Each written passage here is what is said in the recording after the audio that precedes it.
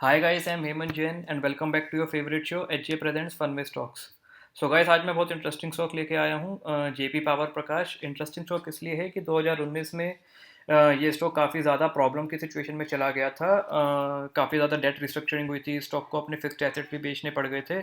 लेकिन उसके बाद से अब इस स्टॉक के लिए चीज़ें अच्छी हैं। एट द सेम टाइम अब ये स्टॉक बहुत अच्छे प्राइस पे अवेलेबल है। तो गाइस, एज यूजुअल हम पहले स्टॉक के बिजनेस को देखेंगे, उसके बाद इसके फाइनेंशियल्स को देखेंगे एंड देन हम चार्ट पैटर्न्स में कुछ पैटर्न्स ऑब्जर्व करने की कोशिश करेंगे। सो या वीडियो स्टार्ट करने से पहले गाइस, ये मैं सिर्फ एजुकेशन पर्पज़ के लिए वीडियो बना रहा हूँ। ये मेरी तरफ से कोई भी बाय या सेल की रिकमेंडेशन नहीं है, जस्ट एक एजुकेशनल वीडियो है कि ऐसी अपॉर्चुनिटीज़ कैसे आइडेंटिफाई करते हैं कि मतलब ये तो लिटरली पेनी स्टॉक सा लग रहा है कि अरे सिर्फ 3 रुपये का है।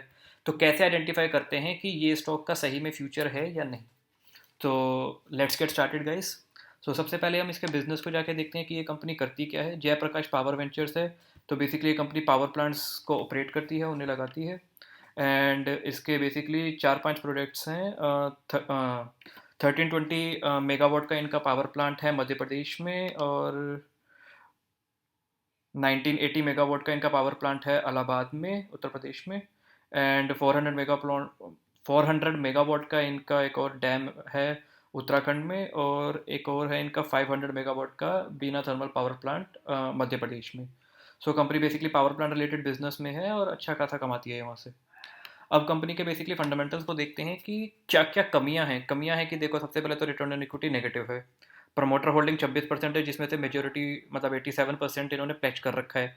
डेट टू इक्विटी भी अच्छी नहीं है, मतलब 55% है।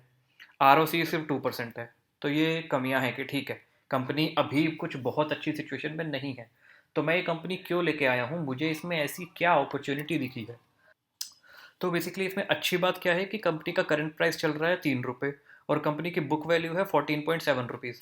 सी बुक वैल्यू क्या होती है? बुक वैल्यू होती है कि कंपनी अभी अपने सारे फिक्स्ड एसेट्स बेच बाच के, जितने भी कंपनी पे लोन है सब कुछ, कंपनी अगर उनको पे ऑफ करके जो पैसा बचता है, उस पैसे को अगर कंपनी सारे शेयर होल्डर्स में डिवाइड करती है कि ये लो, तुमने शेयर खरीद रखा था, इसका एक शेयर तुम्हें इतने रुपए मिलते हैं, तो वो हमें कितने रुपए मिलेंगे? तो वो हमें अभी 14 रुपीज़ मिलेंगे, 14.7 रुपीज़। और कंपनी मार्केट में ट्रेड हो रही है 3 रुपीज़ पे। सो इसका 5 गुना होने का पोटेंशियल तो सिर्फ इसी से है कि कंपनी अपने बुक वैल्यू तक चली जाए। सिर्फ सिर्फ इसी चीज़ से इसका 5 गुना होने का पोटेंशियल तो यहीं से है। अब एक बार इसके फाइनेंशियल्स को देखते हैं कि कंपनी ने क्या चीज़ें इंप्रूव की हैं over the years. So basically sales में देखें तो सेल्स कंपनी की कभी कम नहीं रही है, सेल्स कंपनी की हमेशा अच्छी खासी रही है। एक्सपेंसेस भी ठीक है रही हैं। अब मैं बेसिकली प्रॉफिट में अगर हम देखें, तो बीच में कंपनी का बहुत ज़्यादा नेट प्रॉफिट, बहुत ज़्यादा लॉस हो गया था। लॉस का वन ऑफ द रीज़न ये भी था कि कंपनी इंटरेस्ट बहुत ज़्यादा पे कर रही थी, कंपनी पे लोन बढ़े जा रहा था और जिसकी वजह से कंपनी को इंटरेस्ट पे करना पड़ रहा था बहुत ज़्यादा। देन दिसंबर 2019 में कंपनी की अच्छी खासी डेट रिस्ट्रक्चरिंग हुई। तो डेट रिस्ट्रक्चरिंग के बाद कंपनी के पास उसके बाद से जो है इंटरेस्ट पे करना काफ़ी कम हुआ है यहाँ पे। और उसके बाद से ही कंपनी को अगर हम देखें तो पिछले 3 क्वार्टर से कंपनी नेट प्रॉफिटेबल है। 32 करोड़, 65 करोड़, 42 करोड़। यहाँ पे नेगेटिव 12 करोड़ इसलिए है क्योंकि कंपनी ने बेसिकली जो टैक्स पे किया है वो 120% टैक्स पे किया है। यूजुअली 25-30% के आसपास होता है ये टैक्स। यहाँ पे ज़्यादा इसलिए पे किया है कि पास्ट में कंपनी ने कहीं से टैक्स रिबेट लिया होगा, कुछ उसको बैलेंस आउट करने के लिए कंपनी को अब करना पड़ गया होगा, जैसे यहाँ पे कंपनी ने नेगेटिव टैक्स पे कर रखा है। तो ये कंपनी का बुरा वक्त था दिसंबर 2019, सितंबर 2019 के आसपास, जो कि अब खत्म होता दिख रहा है हमें। क्यों? क्योंकि कंपनी के पास एक मेजर कमी थी, कंपनी बहुत ज़्यादा इंटरेस्ट पे कर रही थी, कंपनी ने वो कमी पूरी कर दी। ईयरली बेसिस पे देखें तो सेम चीज़ हमें दिखेगी। इंटरेस्ट कंपनी साल का 2100 करोड़, 2400 करोड़, 2700 करोड़ तो कंपनी सिर्फ इंटरेस्ट ही पे कर रही थी, जो कंपनी ने अब कम करके साल का 680 करोड़ और 600 करोड़ तक ले आई है।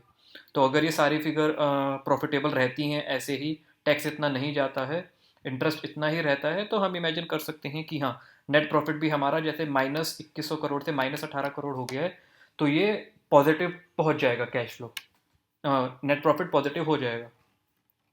शेयर कैपिटल पे देखें, अगेन एक इंटरेस्टिंग चीज़ है। सबसे पहले तो कंपनी ने अपना रिजर्व 580 करोड़ से बढ़ा के 3200 करोड़ किया है। बड़ी बात यह है कि मार्च में इसका रिजर्व नेगेटिव पहुंच गया था, -647 करोड़। कंपनी ने इसको काफ़ी ज़्यादा ही इंक्रीज़ किया है। और कंपनी का बेसिकली मार्च, यहाँ देखते हैं, अगर हम 2015 के फाइनेंशियल्स में देखते हैं तो कंपनी के पास बोरोइंग थे 32,000 करोड़, और कंपनी के पास खुद का पैसा था सिर्फ ऑलमोस्ट 6,000 करोड़। लेकिन अब वो कंपनी ने एकदम उल्टा कर दिया है कि कंपनी के पास जो खुद का पैसा है, शेयर कैपिटल प्लस रिजर्व होते हैं, कि कंपनी के पास इतना पैसा खुद का अवेलेबल है, ये है more than 10,000 crore, I guess 11,000 crore है ये। ओ वेट, ओ सो या, सो ये है अराउंड 10,000 करोड़। और कंपनी के पास टोटल बोरोइंग, जो टोटल लोन बचा है, वो बचा है सिर्फ 5,500 करोड़। सो कंपनी सारा पैसा भी पे कर देगी अभी। तो उसके बाद कंपनी के पास 5,500 करोड़ तो सिर्फ कैश बचेगा, फिक्स एसेट कुछ और बचेंगे, वो अलग बात है। और कंपनी के पास देखो, लोन पे करने के बाद लोन पे करने के बाद सारा कंपनी के पास बचेगा 5,500 करोड़। कैश फिर भी बचेगा 5,000 करोड़ के आसपास। और कंपनी हमें मिल कितने में रही है? सिर्फ 2,000 करोड़ की कंपनी मिल रही है हमें। तो यहाँ से भी हमें साफ साफ दिखता है कि कंपनी ह्यूजली अंडर वैल्यूड है। इट्स लाइक मैं तुमसे कह रहा हूँ कि मेरे पास एक टोकरी है, टोकरी में मैंने 500 रुपये रखे हुए, तुम ये कितने में खरीदोगे? और लोग उसको कह रहे हैं हम वो टोकरी 100 रुपये में खरीदेंगे। कोई सेंस नहीं बनता इस बात का कि जब जब उस टोकरी में 500 रुपये रखे हैं, जब कंपनी के पास 10,000 करोड़ तो सिर्फ कैश ही रखा है, और 5,000 करोड़ का ही सिर्फ लोन है, और कंपनी कैश फ्लो पॉजिटिव भी हो चुकी है, तो कंपनी की वैल्यूएशन 2,000 करोड़ होने का कोई सेंस नहीं बनता। ये अचानक से बढ़ेगी और लिटरली रॉकेट बन जाएगी। अ, अगर हम कैश फ्लो फ्रॉम ऑपरेशंस देखें तो consistently positive cash flow from operations है, वो कभी नेगेटिव नहीं हुआ है। मार्च में बस यहाँ पे बहुत कम हो गया था, लेकिन उसके बाद से हमेशा पॉजिटिव मेंटेन्ड है। शेयर होल्डर पैटर्न्स में ज़्यादा हम जाएंगे नहीं। डीआईएस बस थोड़ी सी सेलिंग कर रहे हैं इसमें, और एफआईआईस ने अपनी होल्डिंग थोड़ी सी इंक्रीज़ की है। बाकी इसका मेजोरिटी ऑफ द स्टॉक अभी पब्लिक के पास ही है। अब इसके एक बार टेक्निकल चार्ट पैटर्न्स को देखते हैं। तो कंपनी बेसिकली 3 रुपये पे अभी ट्रेड कर रही है, बट कंपनी का ऑल टाइम हाई क्या है? अगर हम ऑल टाइम हाई पे ध्यान दें तो ये मैंने मार्क कर रखा है, ये लगभग 83 रुपीज़ था इसका ऑल टाइम हाई। एक बार वीकली चार्ट पैटर्न पे जाके हम देख लेते हैं, क्या 83 ही था? या बेसिकली 83 पे इसका एक एस आई आया होगा, और उसके बाद से कंसिस्टेंटली गिरती गई है। अ, अब इसका हम तो गए, अब हम एक बार इसके चार्ट पैटर्न्स को देख लेते हैं। तो चार्ट पैटर्न्स में थोड़ी सी इंटरेस्टिंग बात तो ये भी है कि इन दिनों जितनी वॉल्यूम्स ट्रेड हो रही हैं, पहले उतनी ज़्यादा नहीं हुई हैं। मतलब इस पॉइंट पे थोड़ी हुई थी, पहले हुई थी, लेकिन इन दिनों काफ़ी हाई हाई वॉल्यूम्स ट्रेड हो रही हैं। तो ये एक सिग्नल है कि हाँ, शायद ये रॉकेट बनने को, तो तो ये एक सिग्नल है कि हाँ, ये शायद शेयर शेयर प्राइस बढ़ने को रेडी है। एंड इसके अलावा अगर हम देखें तो कुछ खास मतलब इससे ऊपर जाने में रेजिस्टेंस इसका पहले आता है यहाँ। तो शेयर प्राइस जब कई बार जब नीचे आते हैं तो अपने रेजिस्टेंस तक एक बार वापस जाते हैं। तो इसका पहला रेजिस्टेंस यहाँ बनता है। तो अगर हम यहाँ से यहाँ तक का भी पोटेंशियल देख लें, तो लगभग 200% का पोटेंशियल तो यहीं से है। लेकिन मेरे को लगता नहीं है ये यहाँ पे रुकने वाला है। मैं तो इसमें बायर हूँ। बेसिकली मैं इसमें वेट करूँगा इसके लगभग 14-15 रुपये तक जाने का। और जैसे इसके कंसिस्टेंट प्रॉफिट आ रहे हैं, जैसे इसके quarterly results cash flow positive हो चुके हैं, तो जैसे जैसे टाइम बढ़ेगा इसकी बुक वैल्यू भी ऑटोमेटिकली इंक्रीज़ करेगी। तो अभी 14 रुपये है, तो 15 रुपये, 16 रुपये, 20 रुपये तक भी पहुँच सकती है। मैं इसमें 15 रुपीज़ तक वेट करूँगा। मैं इसको बाय कर चुका हूँ, और आगे भी मेरे पास अगर और फंड्स की अवेलेबिलिटी बढ़ती है तो मैं इसको और बाय करने में इंटरेस्टेड हूँ। मैं 9-10 रुपये तक नहीं रुकूंगा, मैं इसको 15 रुपये के अराउंड ही सेल करूँगा। That's what my target for myself. So 15 रुपये भी अगर ये जाता है तो इस प्राइस से ये सीधा 5 गुना हो जाता है। तो गाइस अगर ये 15 रुपये तक भी जाता है तो वो 400% रिटर्न बनता है। और देखो, वैसे तो इसमें 3-4 साल से ज़्यादा लगने वाले नहीं है नहीं, लेकिन लग भी जाते हैं ना इसको। अगर 15 रुपये तक जाने में 3 साल भी लग जाते हैं ना, तो भी बहुत अच्छा रिटर्न है, बहुत ज़्यादा अच्छा रिटर्न है कि तुम्हारा पैसा 2 साल 3 साल में सीधा 5 गुना हो जाए। अब आप ये कैसे कह रहे हो कि मैं इतना गारंटी से कैसे बोल पा रहा हूँ कि हाँ ये हो सकता है और ये होगा इसमें? क्योंकि सिमिलर पैटर्न मैंने ऑब्जर्व किया था टाटा स्टील बीएसएल में। एक बार यहाँ पे पहले टाटा स्टील बीएसएल के लेकिन फाइनेंशियल्स को देखते हैं, तब इसके बुक करंट प्राइस 50 के अराउंड चल रहा था, और बुक वैल्यू सेम 190 के अराउंड थी। पी रेशियो भी बहुत अट्रैक्टिव अभी भी है, और आर भी बहुत अच्छी है। इस पे मैं ज़्यादा डिस्कशन नहीं करूँगा, वो किसी और वीडियो में लाऊंगा। मैं बस आपको सिमिलर चीज़ नोटिस कराना चाहता हूँ यहाँ पे कि इंटरेस्ट इनकम इनकी भी बहुत ज़्यादा बढ़ गई थी मार्च 2018 में।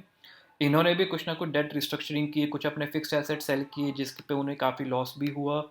इन्होंने इंटरेस्ट को कम किया, इंटरेस्ट कंसिस्टेंटली इन्होंने कम किया, अपने ऊपर से लोन को हटाया इन्होंने जैसे तैसे। ये हम बैलेंस शीट में भी देख सकते हैं कि लोन बहुत बढ़ गया था, इन्होंने उस लोन को कम किया। कैश फ्लो, इनके रिजर्व्स नेगेटिव हो गए थे, इन्होंने उन रिजर्व्स को पॉजिटिव किया। और 2-3 साल में आपको दिख रहा है यहाँ पे रिसेंटली मैंने बेसिकली 50 रुपये पे ख़रीदा था, मेरे पैसे इसमें ऑलरेडी डबल हो चुके हैं। मैंने 50 पे खरीदा था, ये 95 पे चल रहा है अभी। तो मैं स्टिल इसमें मतलब 200 के अराउंड जाने पे ही मैं बेचूंगा। बट मैं अभी भी बेच सकता हूँ, मैंने जो कैपिटल इसमें इन्वेस्ट किया था वो ऑलरेडी डबल हो चुका है।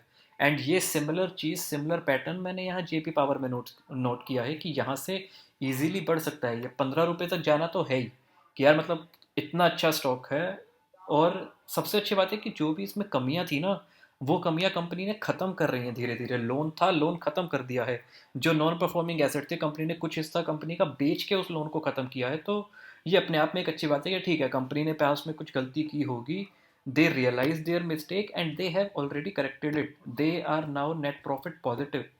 तो ये सबसे बड़ी बात है। तो और बुक वैल्यू भी पॉजिटिव है, और अगर ये 1 2 3 साल तक भी नेट प्रॉफिट पॉजिटिव रहते हैं तो बुक वैल्यू भी इंक्रीज करेगी और प्राइस तो इसका इंक्रीज करेगा ही। So guys, this is my educational video. यहाँ से 5 गुना का पोटेंशियल इसमें सीधा सीधा नज़र आता है।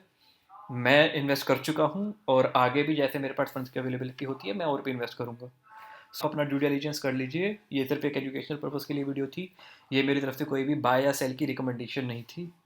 सो या that's it from my side guys, thank you. And यार, बात में अगर दम लगा हो, लॉजिक लगा हो, तो प्लीज़ वीडियो को लाइक ज़रूर कर देना। एंड यार, सब्सक्राइब का बटन दबाओगे तो मज़ा ही आ जाएगा। एंड आपको वीडियो सही में बहुत अच्छी लगी है तो कमेंट में thank you for this video लिखोगे तो मेरे को दिल से अच्छा लगेगा। मैं ऐसी और अच्छी वीडियो, ऐसे और अंडर वैल्यूड स्टॉक, ऐसी और ग्रेट अपॉर्चुनिटीज़ लाते रहूँगा आपके साथ। That's it from my side. Take care and stay safe.